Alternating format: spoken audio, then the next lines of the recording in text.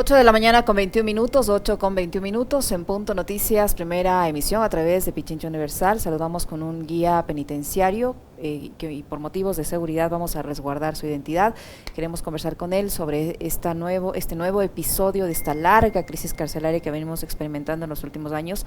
Ahora son 18 personas asesinadas, de acuerdo a datos del SNAI. La Fiscalía informa hace poco que se ha levantado o se ha realizado el levantamiento de 13 cadáveres en la cárcel de Cotopaxi. Anuncia que la policía y las Fuerzas Armadas detectan un intento de fuga masiva.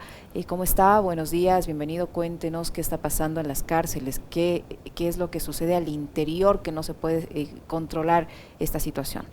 Le saludamos a Alexis Moncayo, quien le habla a Licenia Espinel. Buenos días, gracias por darnos esta oportunidad a los medios. Sin duda, es un problema que ya acarrea varios años. Hace algunos años atrás nosotros manifestamos que esto iba a seguir incrementándose y nos damos cuenta que cada día crece más esta violencia interna en las cárceles. Sin duda, nosotros como agentes penitenciarios hemos estado manifestando, indicando a las autoridades superiores del SNAI los problemas que iban a acarrear eh, en cuanto a la violencia que se iba a generar en las cárceles. Una de las principales causas creo que es la mala administración. Las autoridades superiores a nosotros que no saben cómo manejar las cárceles, no saben cómo manejar el sistema penitenciario y ahí vemos los resultados. Estos son los resultados: más violencia, más muertes, más incidentes dentro de las cárceles. Entonces, creo que esa es la principal causa, se podría decir, de esto que estamos viviendo ahora en las cárceles. La mala administración y las malas autoridades que tenemos actualmente en las cárceles y en el SNAI. ¿Cómo está? Muy buenos días. Un gusto poder conversar con usted. Muy buenos días. Durante el gobierno anterior, digamos, se declaró la emergencia en 2 ocasiones. Esa emergencia se supone que iba a facilitar que se destinen recursos. Finalmente esos recursos en algún momento llegaron. Se habló también de que se iba a llevar adelante un concurso para seleccionar guías penitenciarios. ¿Ese concurso se dio? Esas 2 preguntas primero. Eh, sí, nosotros vimos que en el gobierno anterior hubo 2 estados de excepción, 2 estados de emergencia que comenzaron prácticamente a partir de la violencia que se generó en las cárceles. Nosotros, la verdad, como agentes penitenciarios, no sabemos qué pasó con el dinero.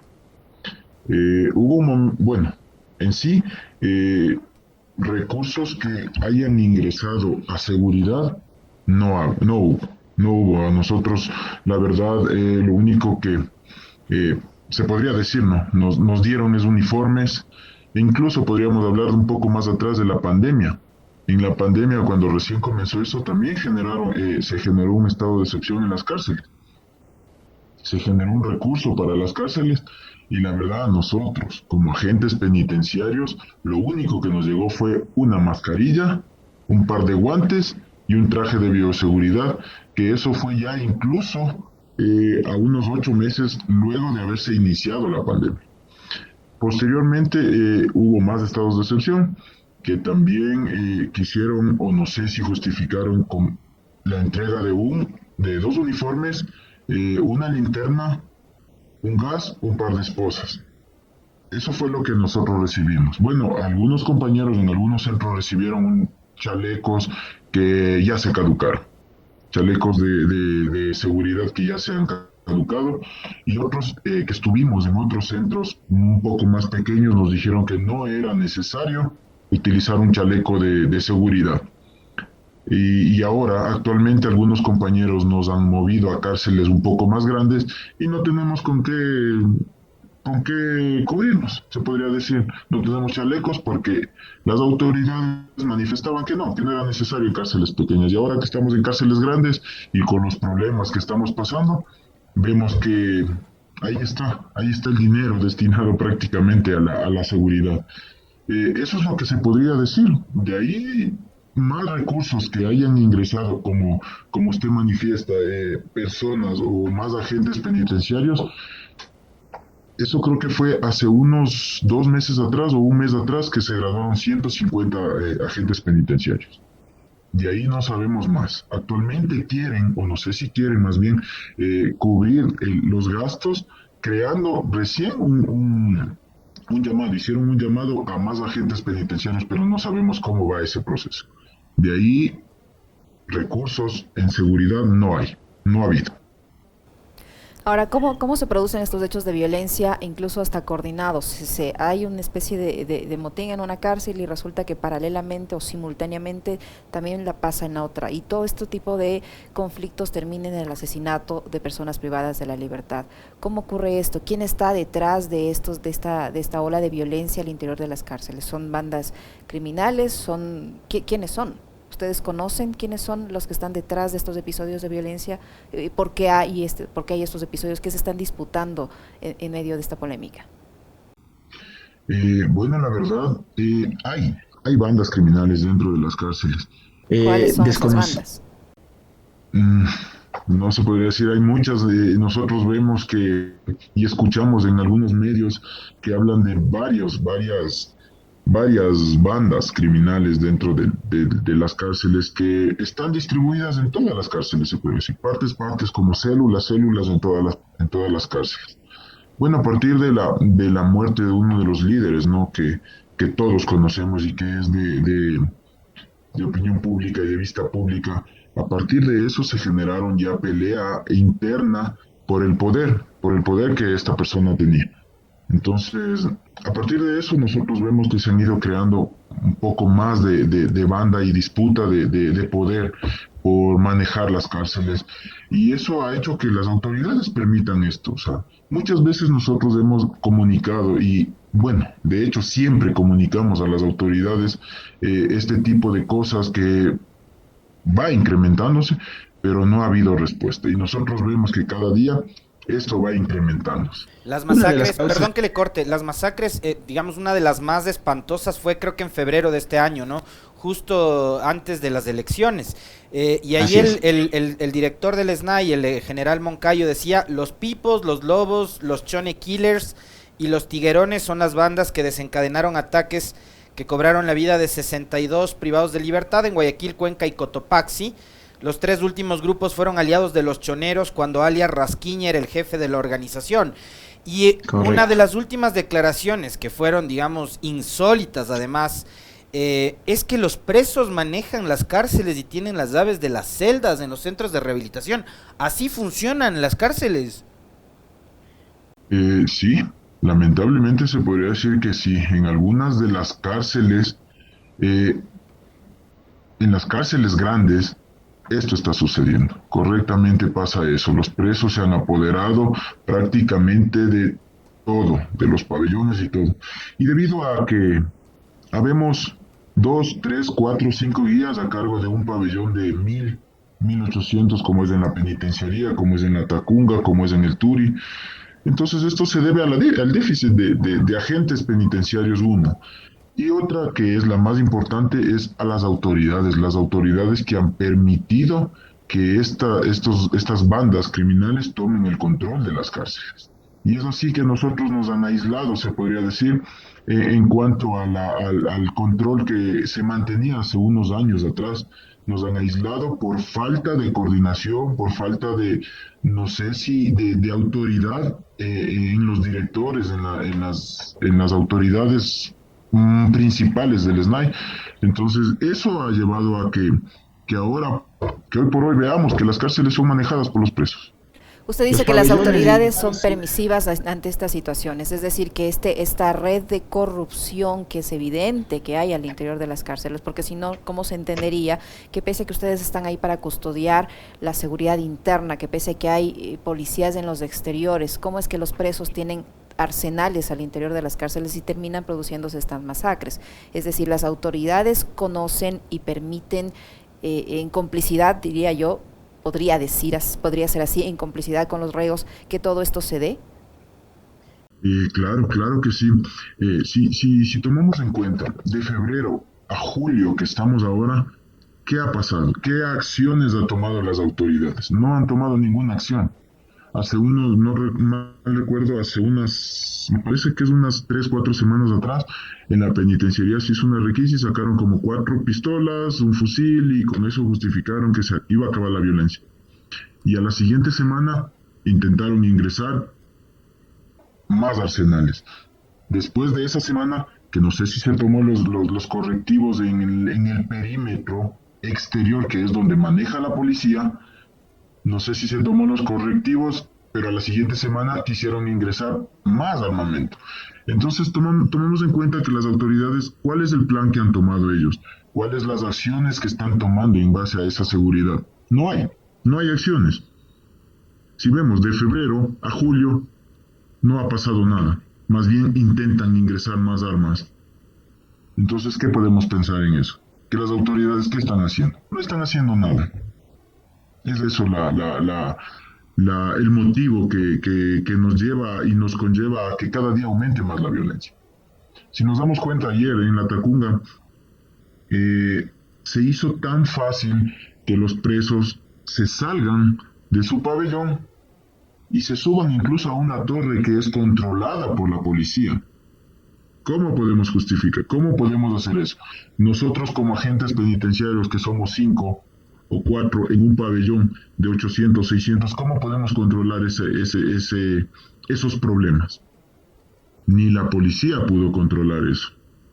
Entonces, ahí podemos evidenciar la falta de control y prácticamente el desengaño, lo que nosotros no estamos a cargo de esos pabellones. No podemos controlar eso.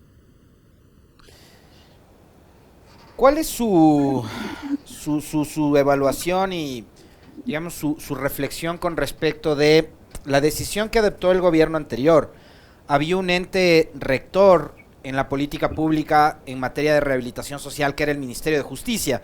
Y llega Moreno y en ese afán de desmantelar todo lo que había hecho el gobierno de Correa, sin un estudio técnico, sin ningún tipo de valoración, incluso de carácter científico, con base en investigaciones, decide empezar a cerrar ministerios, ¿no? Y uno de los ministerios que cierra y desbarata todo el sistema es precisamente el Ministerio de Justicia. ¿Eso usted considera que fue un error o pudo haber sido parte de los problemas con los que se iniciaron estos relajos? Sí, es parte de.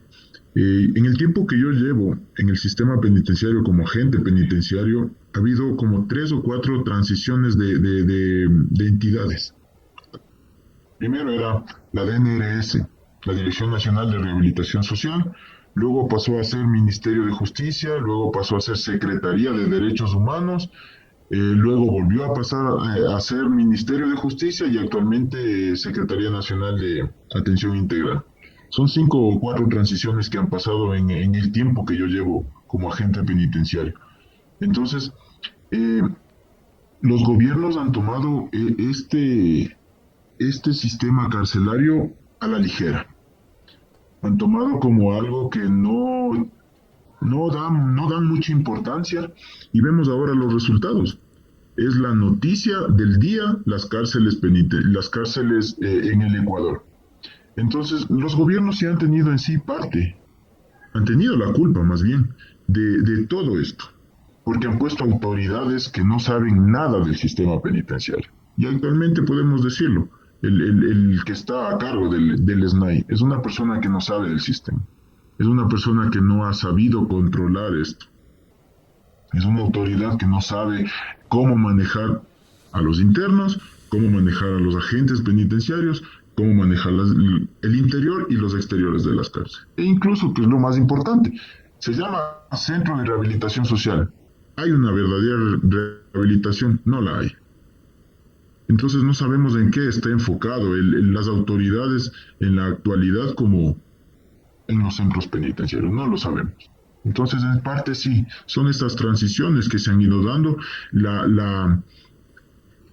prácticamente el abandono a las cárceles, al sistema penitenciario. ¿Ustedes tienen seguro de vida o algún tipo de beneficio de ese estilo o no? No tenemos. Al menos el IES es el único que nos ampara. Exponiendo su vida todos los días, además. Estamos exponiendo nuestra vida. En la actualidad, gracias a nuestro abogado, nuestro representante, estamos tratando de que se reestructure algo que hicieron mal hace 2 años. Algo que también en parte tiene mucho que ver en esto de la seguridad, en esto del manejo de las cárceles, es que hace 2 años a nosotros nos jerarquizaron. Pasamos a formar parte del COESCOP como entidad de seguridad. Pero sin embargo, en ese tiempo, los que estuvieron a cargo de eso no supieron cómo reorganizar, cómo reestructurar, cómo jerarquizar a la gente. Y es así como que, yo le pongo un ejemplo, es así como que en la actualidad un compañero que a mí me recibió, se podría decir, a la cárcel, me enseñó, en la actualidad tiene 27, 28 años y por no tener un título de tercer o cuarto nivel, el compañero está un escalón arriba de mí, por no tener un título. Significa que personas, compañeros que obtuvieron o tuvieron un título anterior a entrar al sistema o dentro del sistema, en la actualidad con 4 o 5 años, son los jefes, son las personas que están manejando al personal penitenciario. Y es así como se ha perdido la autoridad. Ese es uno de los fundamentos también y una parte importante dentro del sistema penitenciario. El descuido de la gente, la mala organización, la mala administración y más que todo es esto. Esta es una de las causas también muy importantes dentro de la seguridad, la falta de organización en el personal. Se podría decir, el olvido al agente penitenciario. Como le manifesté hace un rato, las autoridades vieron que en los centros pequeños el agente penitenciario no necesitaba un chaleco. Y después de eso el agente penitenciario es trasladado, no sé si por represalias, no sé si por mal comportamiento, no sé por qué, es trasladado a una cárcel grande. Y el agente penitenciario no tiene un chaleco para poderse defender, para poder cuidar su integridad. Entonces eso también desmotiva, como trabajador, desmotiva, ¿no?, a que nosotros tomemos el control de las cárceles. ¿Usted cree que una de las soluciones pasa por una limpia total entre las autoridades de rehabilitación a todo nivel, ¿no?, de los directores de los centros carcelarios, de los administrativos, de todos? Tiene que reformarse, tiene que haber un cambio total desde la cabeza principal del SNAI. ¿Qué otros riesgos enfrentan ustedes custodiando las cárceles? Porque también se conocía ayer que había un guía penitenciario que habría sido, de cierta manera, como rehén, tomado como rehén por parte de los privados de libertad. ¿Sabe usted qué pasó con este compañero que estaba retenido? Bueno, sí, de hecho, en Guayaquil hubo como 2 o 3 compañeros que estuvieron de rehenes en los pabellones. Ese es el riesgo que a diario nosotros pasamos en las cárceles. Ese es el riesgo que en un segundo los privados de libertad se activan, como ellos dicen, se activan y el riesgo es que nosotros no podemos salir del pabellón o no podemos controlar por la masiva cantidad de PPLs, ¿no? Entonces, nosotros nos quedamos dentro de un pabellón porque ese es nuestro trabajo, estar con los privados dentro de un pabellón. Entonces no avanzamos a salir, no podemos como ponernos a buen recaudo y esas son las consecuencias, compañeros retenidos que como hay unos audios que ellos mismos dicen porque le quitan la radio al compañero y empiezan a hablar y dicen que si se mete la policía le matan al compañero. Entonces ese es el riesgo que corremos a diario dentro de las cárceles. También corremos el riesgo fuera de las cárceles cuando salimos a diligencias judiciales. Ayer mismo, cuando hubo heridos, nosotros salimos, o salieron los compañeros al hospital. ¿Con qué? Con un gas, con un chaleco o con nada. Es así como nosotros también corremos el riesgo exteriormente, fuera de los centros de privación de libertad. Entonces, nuestro trabajo se ha convertido, o siempre ha sido más bien, un trabajo de riesgo que el gobierno o que las autoridades no lo ven así, sino lo ven al guía penitenciario como lo peor del sistema penitenciario, incluso hasta más corrupto que el propio detenido, que el propio preso. Y no es así. Muy bien, le queremos agradecer por la información que nos ha proporcionado. Estaremos atentos a cómo evoluciona esta situación y ojalá puedan hallar una solución definitiva para resolver la crisis en el sistema carcelario. Le agradecemos a la persona que nos acompañó, que es un guía penitenciario que por motivos de seguridad hemos guardado su identidad. Muchísimas gracias. Muy amable. Muchas gracias.